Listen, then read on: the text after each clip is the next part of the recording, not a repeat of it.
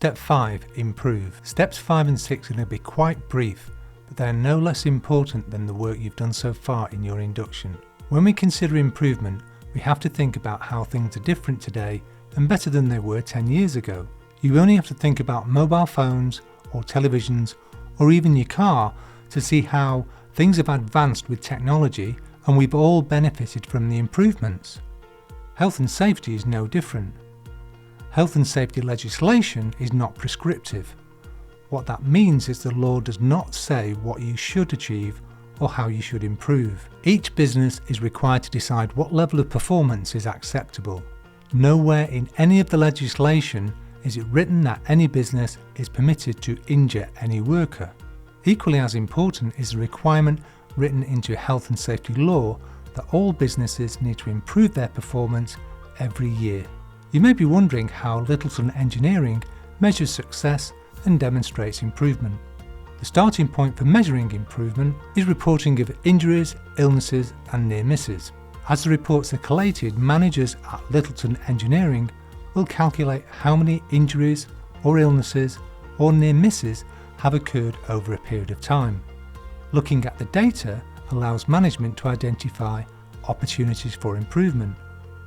When things don't go to plan, it makes sense to look at what went wrong and learn to improve.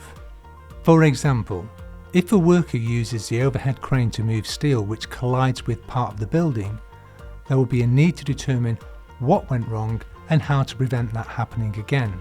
The improvement process will involve anyone that can suggest a safer way of working. So a near-miss report, as well as an injury or illness report, should ultimately lead to improvement in prevention. Do make a note that the focus isn't on blame of the person. The key to learning and prevention is to focus on what went wrong.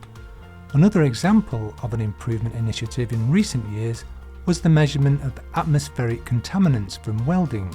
Data was collected on contamination levels in the workshop that showed a need for improvement to prevent harm.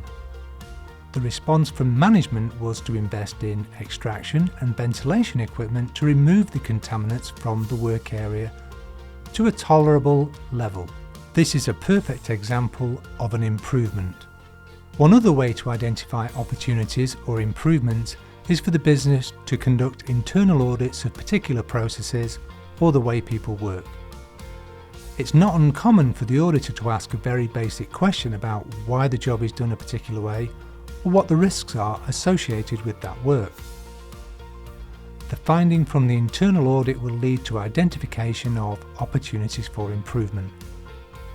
At some point, you may be asked to participate in internal audits by answering questions about the work you are completing. And finally, everybody is encouraged to put forward ideas and suggestions regarding improvement. We have a process. You'll need to grab a QF7 form and write out your idea or suggestion, and that will help our certification for both quality and health and safety. The business is proud to have ISO certifications for quality 9001 and health and safety 45001. To recap, data will be collected through audits, reports and information gathered during a month, a 3-month period or the whole year. The data will be analysed and opportunities for improvement will be identified that will lead to a reduction in risk.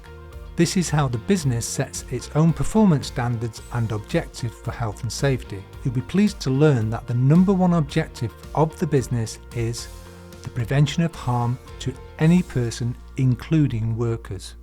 It's that time again. Let's test your knowledge on what we've covered in Step 5.